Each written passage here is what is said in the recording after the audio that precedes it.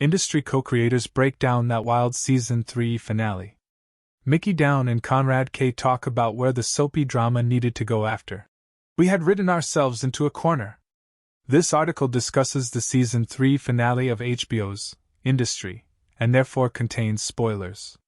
It was to be expected that Sunday night's season finale of Industry, the HBO series Enamored with Risk-Takers, would take viewers for a wild ride.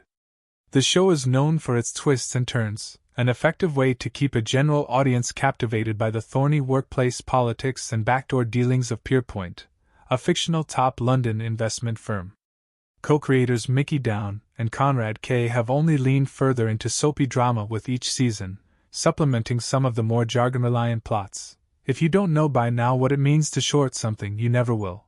With extra romance and betrayal. At the end of Season 3, we see Yasmin Kara Hanani, Marissa Abella, sole heir to the controversial Hanani publishing empire who was in survival mode all season, making a romantic sacrifice she knows will help her maintain her social standing. Expert manipulator Harper Stern, Myhala, continues to backstab her way to glory, while the comparatively meek Robert Spearing, Harry Lottie, decides he isn't cut out for that sort of life anymore. These aren't the Pierpoint grads you remember from the first season.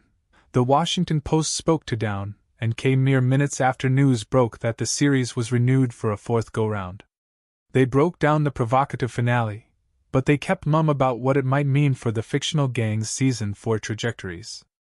Harper Stern. Mapping out Harper's Season 3 arc was difficult, because we had written ourselves into a corner, having her fired and leaving Pierpoint at the end of Season 2, Down said. He and Kay debated how to handle it before returning to the writer's room. They could simply reverse her firing and ignore the consequences. Like a sitcom, Down continued, or she could spend the season yearning for her lost Pierpoint gig. Neither seemed right. Harper doesn't do regret. She accepts her fate and pushes ahead. They decided she would set out with Petra Koenig, Sarah Goldberg, a portfolio manager at the gig she finds after Pierpoint, and run her own hedge fund. Harper has always been ambitious, but what happens when she accrues power?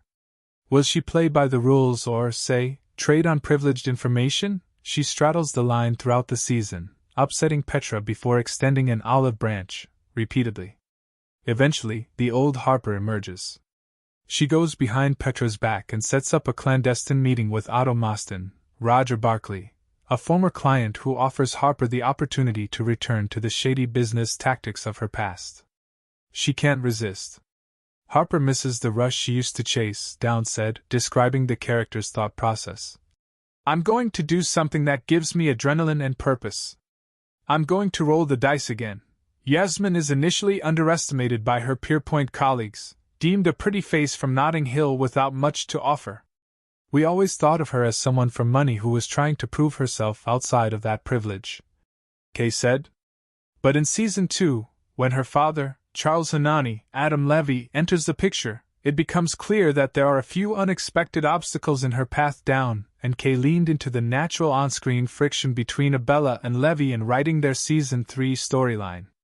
Yasmin learned when she was cut off from family funds that she can't be happy without money, and allegations of sexual assault against Charles have put her financial future in peril, too. He has become a liability, so she lets him drown when he falls off a boat during their summer vacation. Now then, how to guarantee a life of luxury without Charles in the picture?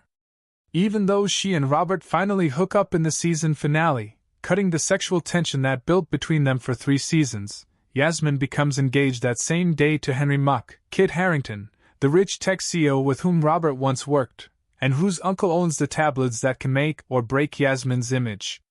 Rob and Yas are in a triangle with Henry, where they're triangulating for the whole season their own value to this character. Kay said. What does he represent to them? Is it aspirational, as in the case of Rob? For Yasmin, it represents safety and security, a gateway to the life she gave up. We were very conscious of the fact that he wasn't competent in his work in the first 2 seasons, so we wanted him to be embedded in something where he actually cared about the outcome. Kay said. Though he now makes more, Robert comes from a working-class background and realizes after working with Henry that the CEO is A bit of an upper-class shyster. Kay continued. You think, why do I want this guy's approval? Why is my neurology programmed for me to want this guy to think I'm important? Some turn to therapy to unlearn such things. Robert turns to ayahuasca. In a sequence that Kay referred to as a typical TV trope where he has an awakening, Robert realizes that psychedelics can open doors for him, both on a personal level and in his career. He and Yasmin road trip to his interview for a gig selling drugs for therapeutic purposes. Even though they profess their love when they hook up, Robert gets why Yasmin chooses Henry.